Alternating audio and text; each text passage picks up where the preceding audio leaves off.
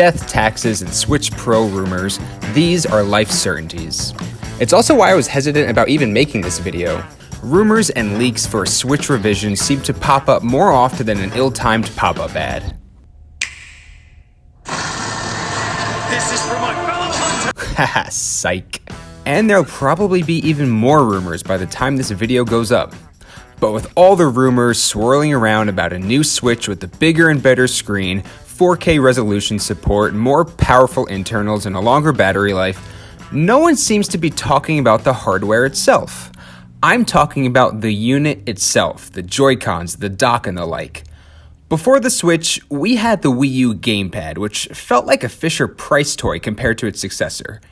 But as innovative and convenient as the Switch is, it leaves a bit to be desired in a few key areas.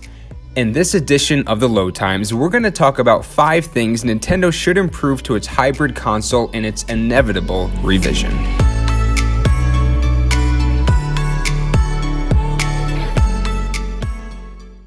Firstly, I want to preface this by saying I don't think the Switch Pro will be this huge, massive generational leap over the original.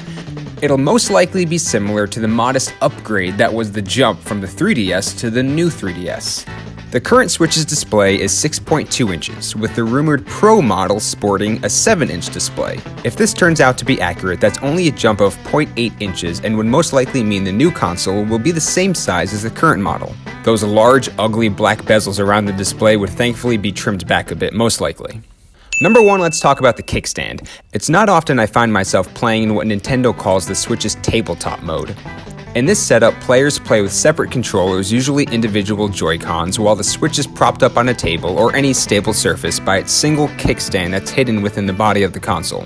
For me, playing in tabletop mode is more of a novelty than anything. It's fun for a quick party type game with friends when you're out somewhere without a TV, but sharing a 6-inch screen with 2-3 friends isn't ideal. It doesn't help that your Switch never quite feels 100% stable propped up by its kickstand.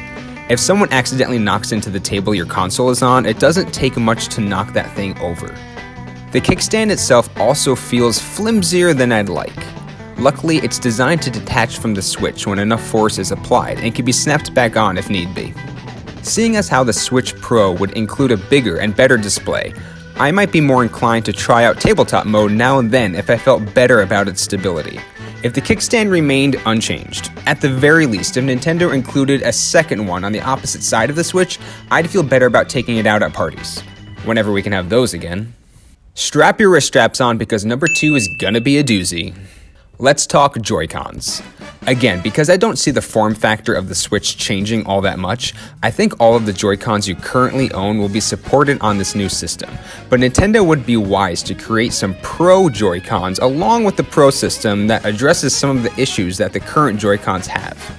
I could see Nintendo altering the form factor for these a bit. I would love to see a redesign of the plastic rails along the side of the JoyCons that you slide onto the side of the Switch and snap into place. Even when you have a brand new pair of JoyCons that haven't worn down from use, they never feel 100% secure on the side of the system. It's not like they feel as though they'll come off easily, it's just that I wish they felt more solid. There is some obvious wiggling that I wish just wasn't there in an action-heavy game. One of my left JoyCons actually does slide off on its own from time to time. The small plastic piece that keeps it in place has worn down. Normally you have to press the small black button on the back to release it from the unit, but there's nothing holding it in place anymore. The versatility of the JoyCons is one of its greatest strengths, but in order to remain versatile, Nintendo had to make some concessions in places. Because each JoyCon can function as a single controller when held horizontally, this meant a traditional plus-shaped D-pad was not possible. It also meant asymmetric analog sticks weren't possible. Now, you could do it myself and many other gamers did and shell out $70 for a Switch Pro controller that doesn't suffer from these drawbacks. But if you're tight on cash and think you'll be playing on the go more often than docked, you'll have to make do with what the JoyCons offer.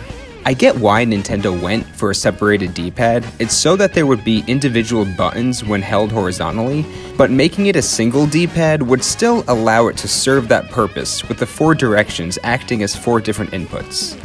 I think the pros just outweigh the cons on this one. I don't have the biggest of hands, and even I have a hard time playing with a single Joy-Con for longer play sessions, even with the included attachment that extends the height and gives you better access to the SL and SR buttons. And now number 3. JoyCon Drift has plagued the system since it launched 4 years ago. It's so bad and so inexcusable at this point that I had to give it its own number on this list. For the uninformed, JoyCon Drift is when the analog stick on one of the Joy-Cons start to register movements that the player isn't inputting. They're often random and frequent to the point where the Joy-Con becomes unusable. It's an issue that's plagued Switch owners for years, and the Joy-Cons that you purchase even today are likely to experience drift after some time. Why Nintendo hasn't officially acknowledged the problem or even tried to remedy it with future Joy-Cons is beyond me. They are currently in the midst of a legal battle or two about the matter, which is probably why they haven't publicly said anything, but the fact that Joy-Cons being produced today still drift is a travesty. Thankfully, if this does happen to you, you can send your Joy-Con into Nintendo for repair free of charge, even if they are outside the warranty. At least that's how it is in the US. I'm not sure about the rest of the world, but please, if you're watching this from outside the US and have experience with Nintendo's customer service, please let us know in the comments how it went. Based on my research, no one truly knows for certain why drift occurs or why some Joy-Cons are more prone to it than others. Some attribute it to dust settling inside the controllers, while others have torn them apart and found worn down contacts. It could be either of these reasons, or a combination of reasons, but without Nintendo commenting on the matter, there's no way to know for sure. Nintendo is certainly aware though. Years from now, when we look back on the Switch's life, we'll mostly think of this time as a huge success for the Big N. But similar to Microsoft's Red Ring of Death fiasco with the Xbox 360, this will be a smudge on their otherwise glowing record. If the Switch Pro releases, with or without redesigned Joy-Cons, if those things still drift, Nintendo will have a much bigger problem on their hands. Yes, there have been reports of similar issues popping up with the PS5's new DualSense controller and the new Xbox Series X controllers, but those don't seem to be as widespread and haven't been an ongoing problem for the past 4 years.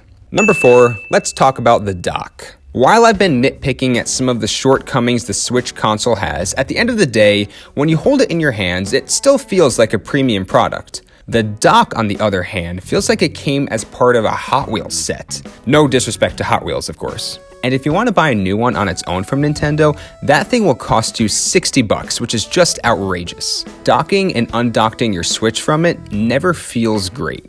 I'm always careful to make sure my system is lined up properly so it slides in and out without scratching the system. There are small pieces of rubber on the inside to prevent that from happening, and I still have scratch marks on either side of my system. It makes sense that the dock is shaped the way it is. First and foremost, you want your console secure so that it can't easily be knocked over or fall on its face and crack the screen. You also want the screen covered when it's docked to prevent anything from maybe scratching the display. If Nintendo could just make switching from handheld to docked mode feel better, you know, like what the system was named after, and avoid scratching my system, I'd be okay with the simple plastic shell they have. I'm not okay with being charged $60 for something that probably costs less than $5 to produce, but that's an issue for another video. And finally, number 5. I know I said I was sticking to hardware for this video, but this is just another thing I really want. The current Switch doesn't support Bluetooth out of the box. I love playing with headphones in both docked and handheld mode. It's often the best experience when playing a game. It's also great to watch Hulu or YouTube with headphones when you're on your TV if you're trying not to disturb other people in your living space. In handheld mode, there's a headphone port on the top of the system for wired headphones, but really, who's using those nowadays? If you want to connect your wireless headphones or earbuds, you'll need to buy a wireless adapter that plugs into one of the USB Type-A ports for docked mode and one USB Type-C adapter for handheld mode. Nintendo's current Pro controller doesn't even have a headphone port on it. It's crazy that the Switch doesn't already support Bluetooth. Nearly all of our portable electronics today rely on it, and for a system whose main selling point is convenience and ease of use, its omission seems pretty short-sighted. That'll be it for my list of stuff I'd like to see the Switch Pro address. Let us know in the comments what you think of all this and what some of your ideas are. Hopefully it won't be too much longer till we get a peek behind Nintendo's curtain. Be sure to like the video and subscribe to the channel if you want more videos like this, and hey, check us out on Twitter. Occasionally we'll tweet our thoughts from time to time, sometimes relevant to gaming news and such, and sometimes not. But hey, thanks for watching, and as always, stay caffeinated.